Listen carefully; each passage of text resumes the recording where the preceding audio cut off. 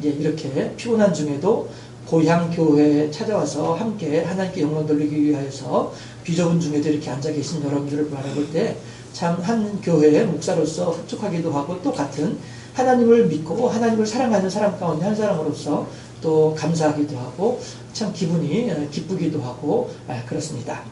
오늘 우리 모두에게 하나님의 은혜가 더욱더 풍성할 수 있기를 주님의 이름으로 축원합니다.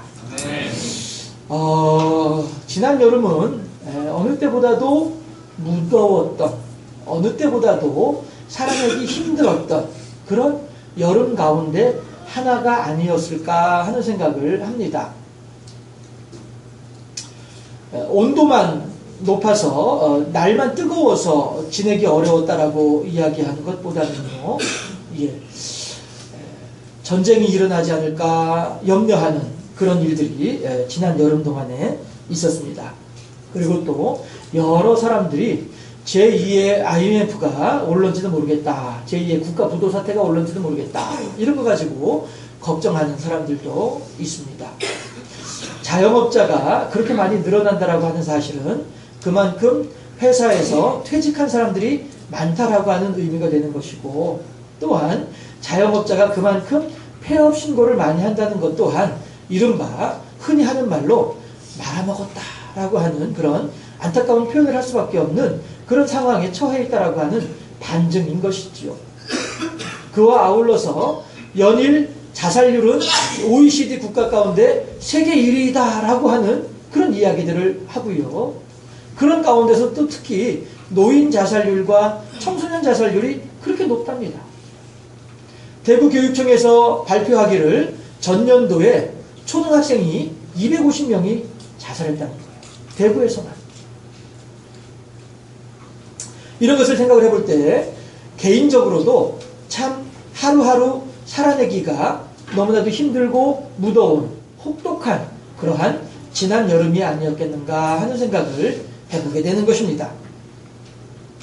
도시에서 대학을 졸업하고 취업을 위하여서 준비하고 있는 이른바 취준생들, 고향에 이번 명절에 고향에 안 가는 사람들이 많이 있다면서요?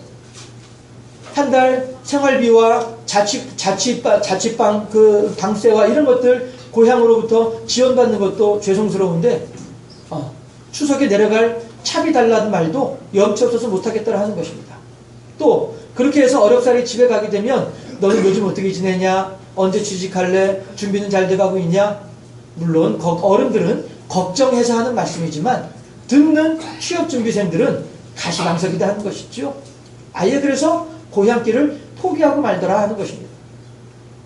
아이 한 명 낳아서 기르는 것이 얼마나 많은 돈이 들어가는가 이런 거 계산을 하고서는 차마 아이를 낳을 엄두조차 내지 못하는 그런 신혼부부들이 더욱더 많아지고 있다는 것 아닙니까? 점점 늙어져가는 대한민국이라고 하는 제목으로 말입니다. 그럼에도 불구하고 시간은 흐르고 계절은 바뀌어서 이제 산과 들판의 열매들은 그 풍성한 그 알갱이들을 연걸어가고 있는 그러한 시기가 되었습니다. 마찬가지로 여러분들도 이른바 그 혹독한 여름을 그래도 넉넉하게 훌륭하게 이겨내고 그리고 오늘 이 자리에 함께 하고 있는 줄로 알고 있습니다. 옆에 분들에게 이렇게 한번 인사해 보실까요? 훌륭하게 잘 견뎌내셨습니다. 함께 인사 한번 해보시죠. 네, 맞습니다. 우리들은 정말로 훌륭하게 잘 견뎌낸 우리들이에요. 나는 별로 노력한 것 같지 않은데 우리들이 얼마나 훌륭한지에 대해서는 조금 더 우리가 말씀을 생각하면서 알아보도록 하겠습니다. 출애굽기를 보면은요, 그 당시 애굽의 임금 바로가 전 세계적으로 자랑하던 병장기, 군대 무기, 철병거를 앞세우고서 모세의 인도를 따라 애굽에서 나온 이스라엘 백성들을 쫓아오는 장면을 보게 되죠. 이스라엘 백성들은 앞에는 홍해 바다가 바닷물이 넘실대고 있으며 뒤에서는 애굽의 임금과 군인들이 철병거를 앞세우고 저놈 잡아라 하면서 쫓아오는 것을 바라볼 때 이스라엘 백성들은 간담이 서늘해지고 정말로 다리에 맥이 탁 풀리는 그러한 절망감 가운데 빠질 수밖에 없었습니다. 그러나 모세는 무엇이라고 이야기를 합니까? 여러분들이요, 아무런 걱정하지 말아라. 오늘 당신들이 바라보면서 간담이 서늘해지고 있는 저 애굽의 군대들을, 오늘 당신들이 보고 있는 저 애굽의 군대를 내일은 결코 보지 못하게 될 것이니 나는 내게 말씀하신 하나님의 말씀대로 이루어질 줄로 믿노라. 할렐루야.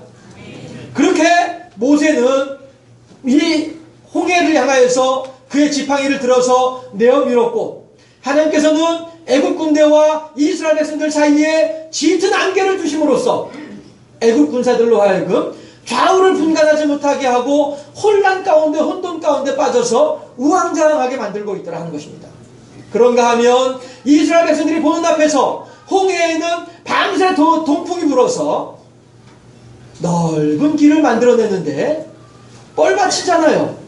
수천 년, 수만 년, 수십만 년, 수백만 년 동안 바닷물 속에 가려져 덮여져 있었던 뻘밭이잖아요. 이 뻘밭이 어느새 물조차도 깨끗하게 말라서 20세 이상, 60세 이하 남자들만 60만 명, 나머지 사람들 곱하기 하면 곱하기 3 내지 곱하기 4, 적어도 200만 명 이상 되는 사람들이 아무런 불편함 없이 건너갈 수 있는 넓은 대로가 홍해 바닷물 밑으로 그 땅이 드러남으로써 넓은 대로가 생기더라 하는 것입니다. 사람들은 긴가민가 했겠지요. 성경에는 나와 있지 않지만 모세가 여러분들이요, 이제 저 길을 따라서 이 바다를 건너갑시다 라고 이야기를 할 때 처음에는 망설이기도 하고 긴가민가 하기도 했겠지요. 그러나 뒤에서 안개 사이에서 들려오는 애국 군대의 아우성치는 소리, 애국 철병거에 부딪히는 소리, 말들의 히히거리는 소리, 이 소리는 더 이상 이스라엘 백성들로 하여금 선택의 여지가 없게 만들고 말이죠. 그리고 결국에는 그 홍해 사이로 난, 바다 사이로 난 그 길을 따라서 홍해를 건너 저편으로 지나갈 수 있게 되는 것입니다. 그리고 그들은 드디어 홍해 저편에서 바닷물 속에 빠져서 죽어가고 있는 애굽의 군대를 바라보며, 이야, 하나님께서 오늘 너희가 보았던 애굽의 군대를 다시는 보지 못하리라 하신 말씀이 이렇게 이루어지는구나. 어떻게 우리가 저 바다를 건너왔을까? 어떻게 저 애굽의 군대가 저렇게 바닷물 속에다 빠져서 죽고 있을까? 이 모든 것이 어떻게 된 일이에요? 하나님의 은혜로구나. 그렇게 이기고 벗어난 자들이 부를 수 있는 노래가 요한계시록 15장 1절에서 4절까지 말씀입니다. 함께 찾아보실까요? 요한계시록 15장 1절에서 4절까지 말씀을 함께 찾아서 합독해 보겠습니다.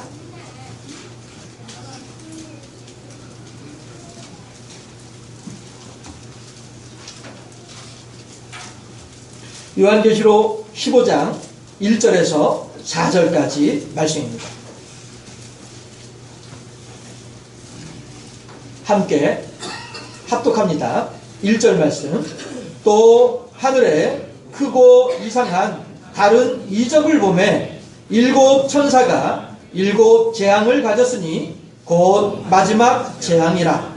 하나님의 진노가 이것으로 마치리로다.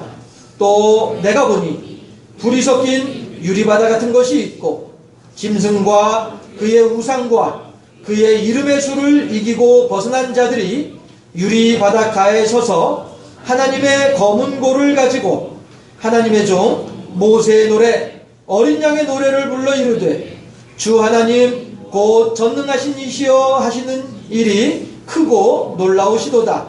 만국의 왕이시여 주의 길이 의롭고 참되시도다. 주여 누가 주의 이름을 두려워하지 아니하며 영화롭게 하지 아니하오리이까. 오직 주만 거룩하시니이다. 주의 의로우신 일이 나타났음에 만국이 와서 주께 경배하리이다 하더라. 아멘. 여러분, 이렇습니다. 불이 섞인 유리바다 가운데 짐승과 그의 우상과 그의 이름의 수가 가득한 유리바다입니다.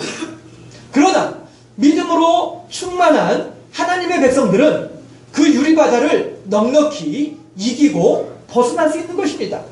그리고 그 백성들은 마치 모세가 또한 미리암이 많은 여인들과 더불어서 소고를 치며 하나님을 찬양하였던 것처럼 출애굽기 14장에서 말이죠. 그렇게 하나님의 성도들은 천국에서 유리바닷가에서 이기고 벗어난 자들의 기쁜 노래를 부르게 될 줄로 믿습니다. 또한 거창하게 천국을 이야기하기 이전에 오늘 이 자리에 모인 여러분들이야말로 바로 그 혹독하고도 무더운 여름을 넉넉하게 이겨내신 우리 모두들이다라고 하는 것입니다. 그렇게 홍해를 당당하게 견뎌내고 버텨내신 승리자들의 모습이 바로 이 자리에 앉아 계시는 여러분들인 줄로 믿으시기를 주님의 이름으로 축원합니다. 오늘 본문 17절에 보니까 주께서 내 곁에 서서 내게 힘을 주신다라고 말씀을 하고 있어요. 무슨 얘기입니까? 나로 하여금 지금 내가 사자의 입에서 고통을 당하고 있는데, 그만큼의 어려움 가운데 있는데, 그만큼의 환난 가운데 있는데, 그럼에도 불구하고 하나님께서 내게 계속 응원하시면서 내게 힘을 불어주시더라, 힘을 북돋아 주시더라 라고 하는 것입니다.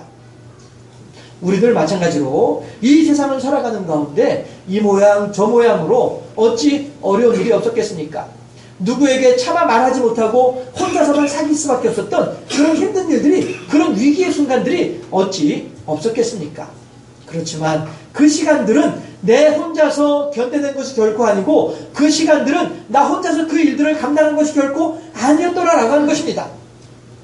모래 위의 발자국이라고 하는 제목의 예화를 여러분들은 잘 알고 계실 것입니다.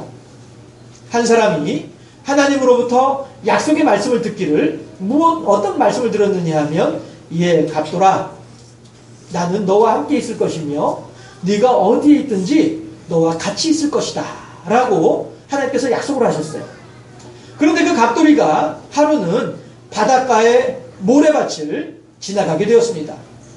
한참 발이 푹푹 빠지는 모래밭을 지나간 뒤에 내가 걸어온 길을 되돌아보니까 두 사람의 발자국이 있어야 되잖아요. 왜? 하나님께서 나와 함께 계신다고 약속을 하셨으니까.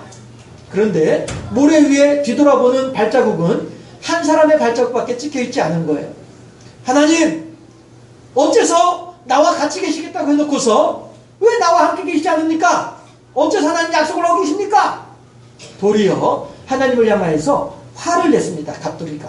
그때 하나님께서는 갑돌이에게 말씀하시기를, 얘야, 너는 그 바다 모래밭을 너 혼자 건넌 줄로 생각을 하지만 아니야. 실은 내가 너를 내 등에 업고 바다를 건너왔어 라고 말씀하시더라 하는 것입니다.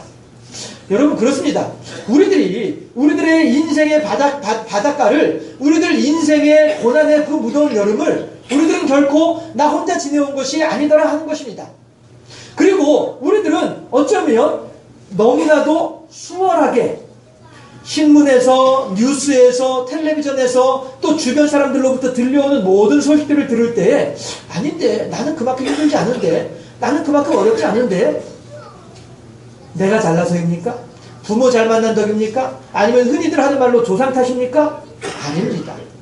하나님께서 나를 등에 업으시고, 하나님께서 나를 품에 안으시고, 그 모든 풍파 가운데에서, 그 모든 환난 가운데에서 나를 지켜주시고 견딜 만큼의 힘을 더해주심으로 말미암아, 그래서 내가 그만큼 어렵지 않게, 그만큼 쉽사리 그 인생의 무더운 여름을, 인생의 홍해를 건너오게 된 줄로 믿으시기를 바랍니다.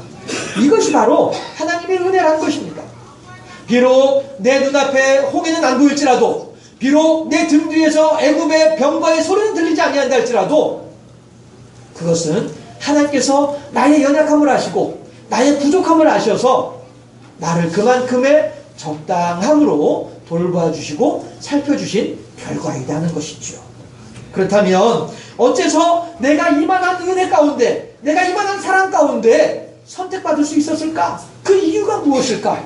오늘 디모데후서에서 바울은 이어서 이렇게 말을 하고 있습니다. 모든 이방인으로 하여금 듣게 하기 위함이다. 여러분, 그렇습니다. 나를 통해서 모든 이방인들, 즉 하나님의 은혜를 알지 못하고 사자의 입에서 고통당하고 있는, 아직까지도 고통당하고 있는 그 사람들로 하여금 구원과 천국의 소망을 알게 하는 것, 이것이 바로 나를 선택하셔서 내게 이만큼의 은혜를 더해주시고 내게 이만큼의 사랑의 말씀을 허락하시며 내게 이만큼의 믿음을 더해주신 하나님의 목적이다라고 하는 것입니다. 자연 만물들은 시간이 흐르고 세월이 흐름에 따라서 하나님의 예정해 놓으신 대로, 하나님의 원하시는 대로, 하나님의 목적하신 바대로 열매를 맺게 마련입니다. 그리고 또한 우리들 마찬가지로 하나님께서 우리들 인생의 열매, 우리들 인생의 계절이 바뀌어져 가는 가운데 우리들 인생의 열매를 맺을 수 있기를 바라시는 분이 또한 하나님이시기도 합니다. 그렇다면 하나님의 사랑을 받고 있는 귀한 성도 여러분들이요, 하나님의 자녀 여러분들이요, 과연 우리들은 어떠한 인생의 열매를 맺음이 마땅하겠는가 하는 것입니다. 고구마를 맺는 것이 마땅하고 고추는 고추를 맺는 것이 마땅하다고 한다면 하나님께서는 과연 우리들에게는 어떠한 열매를 원하고 계시겠는가 하는 것입니다. 말씀드렸던 것처럼 오늘 본문에서 하나님께서 말씀하시기를 많은 이방인들이 우리들로 하여금 하나님의 구원의 은혜, 천국의 소망을 갖도록 하는 것이 우리들을 선택하시고 우리들에게 은혜를 더하시며 우리들에게 복을 더해 주신 하나님의 목적이라고 말씀하고 계십니다.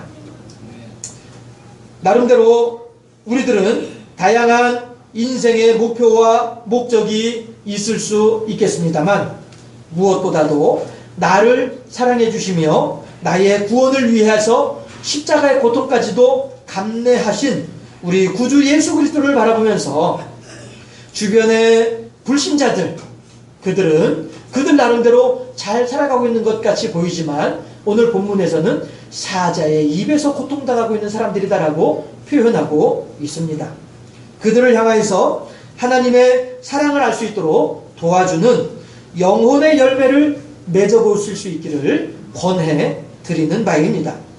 올 추석 모두가 모인 자리에서 우리들의 지난 여름 동안, 우리들 인생의 여름 동안 맺은 열매를 자랑하는 뿌듯한 시간을 가질 만큼 수고하고 애쓴 여러분들이십니다.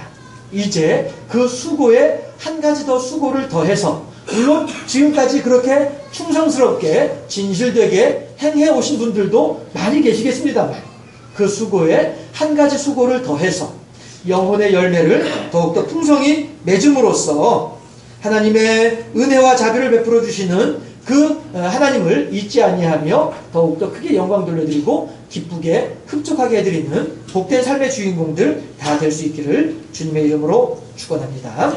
기도하겠습니다.